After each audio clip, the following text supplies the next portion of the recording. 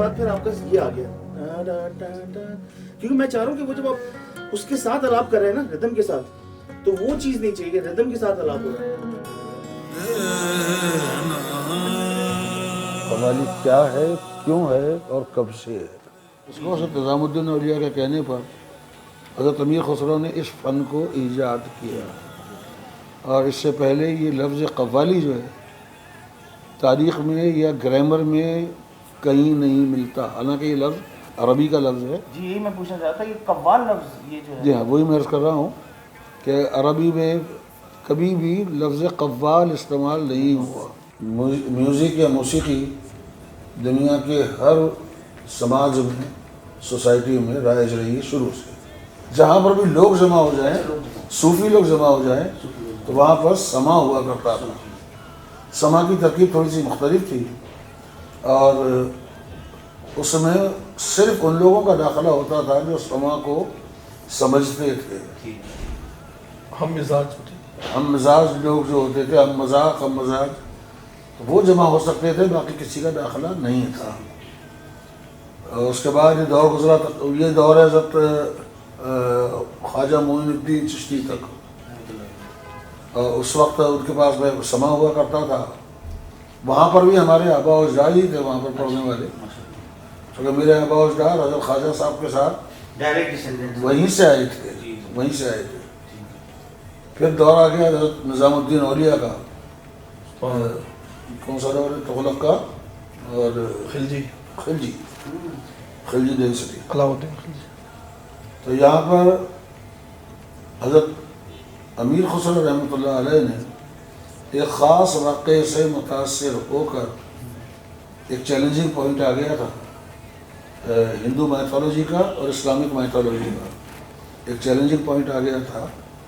تو ان ہندو لوگوں نے کچھ پیش کیا تھا بھجن وغیرہ کچھ پیش کیے تھے اور اس کا جواب مانگا تھا مسلمانوں سے. یہ ترکیب حضرت امیر خسرو نے بنائی قوالی اور قوال. قوال کا مطلب یہ ہے کہ قول کو دہرانے والا سینگ کو. وہ قول کیا ہے اللہ کا قول اللہ کے رسول کا قول بزرگوں کا قول جس میں نیک اچھی باتیں تعلیم کے سلسلے میں ہوتی تھی وہ تمام اقوال قول کی جمع اقوال.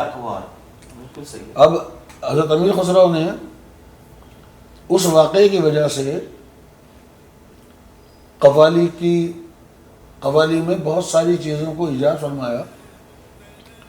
اس کے سیکشن وغیرہ اس کا تھا قول قلبانہ نقش گل ہوا ترانہ تلانہ سہیلا بسیط تروٹ سلوٹ وغیرہ وغیرہ وغیرہ. یہ اتنی چیزیں جو ایجاد کی تھی اس لیے کی تھی کہ سامنے والے نے جو سوال کیا تھا وہ بھی کچھ اسی قسم کا تھا. چنانچہ حضرت امیر خسرو نے 12 بچوں کی ایک ٹولی تیار کی 12 بچوں کی ایک ٹولی تیار کی اور اس ٹولی کا سربراہ جو تھا جو لیڈر تھا اس کا نام تھا سامت بن ابراہیم. یہ بالکل میں قوالی کی ابتدا بتا رہا ہوں. اس کا نام تھا سامت بن ابراہیم اس کا نام تھا جو میرا جد اعلیٰ تھا. سامت کہتے ہیں گونگے کو.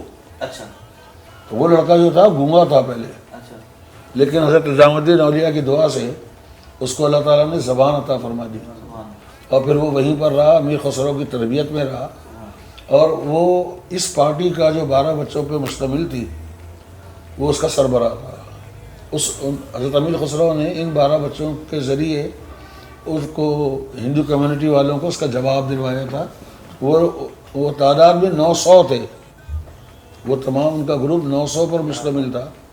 تو وہ سارے کے سارے مسلمان ہو گئے تھے اور حضرت امیر خسرو نے ان کا جو گرو تھا لیڈر اس کو سامت بن ابراہیم کے ہاتھ پہ مسلمان کروایا. ایک خاص قسم کی فیلنگ ہوتی. تو ہمارا تعلق اسی گھرانے سے ہے اور ابھی تک امیر خسرو کی جتنی تصانیف ہیں ایجادات ہیں الحمدللہ میرے پاس اور میرے خاندان میں موجود ہے. یہ راگ میں ہی ہوتی ہے قوالی یہ ضروری ہے کہ راگ بہت اچھا سوال.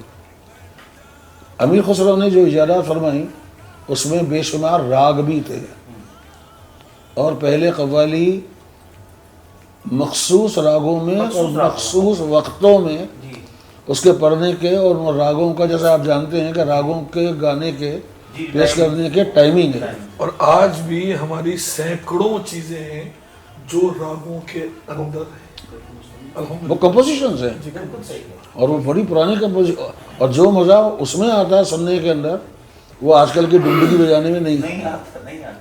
آج کل جو ہے جب بھی اس کی تاثیر آپ دیکھتے ہیں کہ بچہ جس کو میوزک کا پتہ بھی نہ ہو اس تک یہ تاثیر جاتی ہے، سروں کی تاثیر. کوئی شک نہیں. ایک چیز کا میں اور اضافہ کروں، قول قلبانہ نقش گل ہوا ترانہ تلانہ سہیلا تربت، یہ تمام چیزیں قوالی میں ہی موجود ہیں. پچھلے 200-250 سال سے کلاسیکل ٹھمری دادرا الگ کر دیا گیا ہے. ٹھمری اور دادرا کلاسیکل سیمی کلاسیکل سب قوالی میں شامل ہے.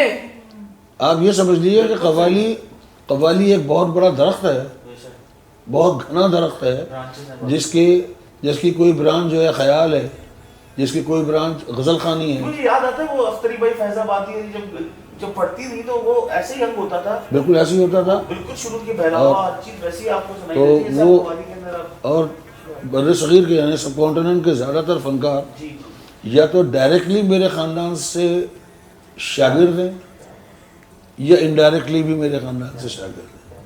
ہماری چیزوں میں اگر آپ کہیں تلاش کریں گے، آج کے دور میں چونکہ دور بہت جدید ہے، سوشل میڈیا پہ ہر چیز مل جاتی ہے، تو ایک بات تربیت قوال میں آپ کو راگ راگنی بھی ملے گی، آپ کو ٹھمری دادرا بھی ملے گا، شاعری بھی ملے گی، شاعری بھی ملے گی، سب بندشیں بھی ملے گی. بات اور یہی چیز جو آج کل کے زمانے میں کہ جب ہم بات کرتے کہ کمی لگتی ہے، جیسے لوگ اس سے واقف اتنا نہیں ہے یا اتنا سمجھتے نہیں سمجھتے اس چیز کو. اور ضروری ہے کہ وہ بات تربیت یافتہ قوال جو ہے وہ اس کو سمجھائے. فارسی آپ نہیں سمجھتے، جس کی قوالی کی ابتدا میں سب فارسی وغیرہ دیگر سب، اب فارسی آپ نہیں سمجھتے تو میں فارسی نہ سمجھنے والوں کو اردو میں سمجھاتا ہوں کہ یہ ایسا ہے، تو اس کا اثر کچھ مختلف ہوتا ہے. اور آج جس حوالے سے ہم یہاں موجود ہیں، گھر ناری بہت خوبصورت کلام ہے، کیا بات ہے. اور جس طرح پڑھا گیا ہے یہ بھی ایک ڈسکرپشن ہے، جس طرح ایک حسن کو یا جس طرح ایک چیز کو ڈسکرائب اس میں رزم بھی شامل ہے، اس میں آوازیں بھی شامل ہیں، اس میں راگ بھی شامل ہیں، اس میں بول بھی شامل ہیں، اس میں انداز بیاں بھی شامل ہے. جب یہ ساری چیزیں ملتی ہیں تو ایک خوبصورت گلدستہ بن جاتا ہے. اور یہ ہمارا خاندانی ورثہ ہے. بہت ساری چیزیں ہیں، میں اگر کہوں تو ہزاروں میں ہیں، جو ان کو تو بہت زیادہ یاد ہوں گی، مگر 100-200 چیزیں مجھے بھی یاد ہیں. کیا بات ہے. ہاں، تو یہ گھرداری گواری مجھے کم از کم 120 راگ یاد ہے. 120 راگ یاد ہے. مجھے تو 20 بھی پراپر یاد نہیں ہے. میں کہتا ہوں کہ آج کل کے اساتذہوں کو بھی 20 یاد نہیں ہے، مگر وہ یاد جی ہاں. اس میں 2-3 راگ ملے. قوالی راگوں میں ضرور ہوتی ہے، مگر وہ راگوں کی محتاج نہیں ہوتی، وہ راگوں کی باؤنڈری میں نہیں رہتی. جو سر استعمال ہونا ہے وقت کے اوپر، جو صحیح سر استعمال ہونا ہے تو وہ راگوں کی پرواہ نہیں کرتا. اچھا، میں یہ اپرچونٹی لینا چاہوں گا کہ آپ لوگوں کا شکریہ ادا کروں کہ آپ کے ساتھ مجھے شرف حاصل ہوا کام کرنے کا. میری یقین مانیں کہ زندگی کا ایک بکٹ لسٹ کہتے ہیں نا، جس میں آپ زندگی میں خواب ارمان دیکھتے ہیں، سوچتے ہیں کہ آپ ان لوگوں کے ساتھ کام کریں گے. آج وہ خوش رہیے، سلامت رہیے. اگر وہ پورا ہوا، انہوں نے جو شرف حاصل جو بخشا ہے ہم لوگوں کو، یہ 1-2 گھنٹے جو ہم لوگوں نے سنی ہے. آپ کی اجازت سے میں 2 جملے اور کہوں تو نظام الدین اولیاء سے چلی، تمام ان کے خلفاؤں میں آئی. نظام الدین اولیاء، پھر حضرت نصیر الدین اور قطب الدین وغیرہ، یہ چلتے بہادر شاہ ظفر کے دور تک پہنچ گئی. اور اس بہادر شاہ ظفر کے دور میں میرے جد اعلیٰ جن کا نام تان رس خان ہے، تان رس خان، تو تان رس خان صاحب بنیادی طور پر قوال بچے تھے، قوال تھے، مگر انہوں نے کلاسیکل پرفارمنس کو زیادہ ترجیح دی. اور اس زمانے کے جتنے بھی لوگ تھے وہ